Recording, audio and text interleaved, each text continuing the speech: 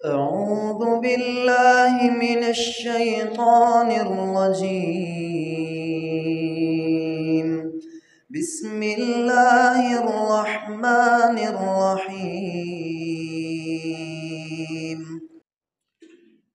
اما بعد فإن خير الحديث كتاب الله وخير الهدي هدي محمد صلى الله عليه وسلم وشر الأمور محدثاتها وكل محدثة بدعة وكل بدعة ضلالة۔ تمام قسم کی حمد و ثنا، تعریفات، تسبیحات، تمجیدات، بزرگی، بڑائی، پاکی، تقدیس و تحمید اکیلے اللہ رب العالمین کے لیے ہے، جو ہم سب کا خالق، مالک، رازق اور مدبر ہے۔ اور پھر لاکھوں کروڑوں درود و سلام ہوں اس ہستی اقدس و مقدس پر کہ جن کا نام نامی اسم گرامی محمد الرسول اللہ صلی اللہ علیہ وآلہ وسلم ہے۔ اللہ تعالیٰ نے قرآن مجید سورہ البقرہ آیت نمبر 183 میں رمضان کے روزے کا رکھنا مسلمانوں پر، مومنوں پر فرض قرار دیا ہے۔ اللہ تعالیٰ ارشاد فرماتے ہیں، یا ایھا الذین آمنوا کتب علیکم الصیام کما کتب علی الذین من قبلکم لعلکم تتقون۔ اے ایمان والو، تم پر روزہ رکھنا فرض کر دیا گیا ہے، لازم کر دیا گیا ہے، جیسا کہ تم سے پہلے لوگوں پر روزہ رکھنا فرض اور لازم کیا گیا تھا، تاکہ تم متقی اور پرہیزگار بن جاؤ، اللہ سے ڈرنے والے بن جاؤ۔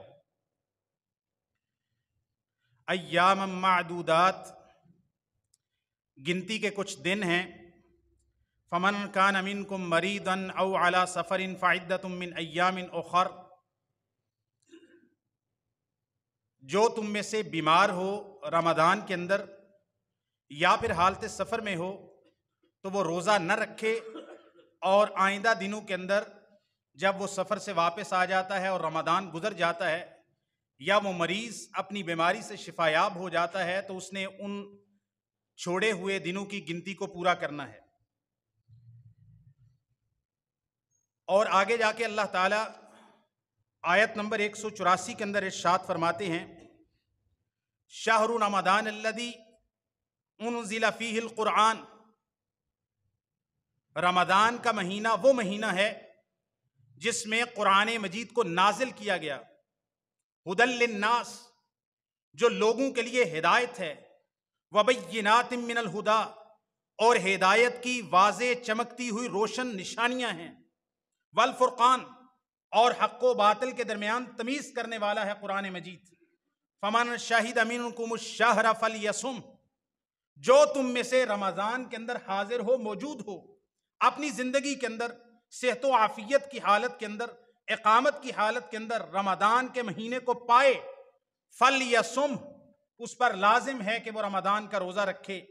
ومن کان مریضا او علی سفر فعدۃ من ایام اخر، اور جو کوئی بیمار ہو یا سفر پر ہو تو دوسرے دنوں کے اندر گنتی کو پورا کرنا ہے۔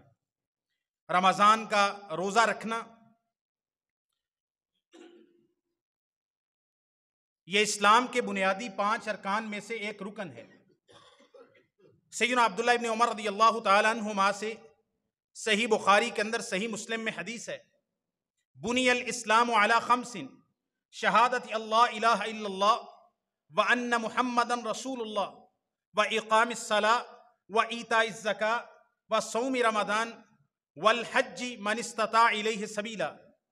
نبی کریم صلی اللہ علیہ وسلم نے ارشاد فرمایا، دین اسلام کی بنیاد 5 چیزوں پر ہے۔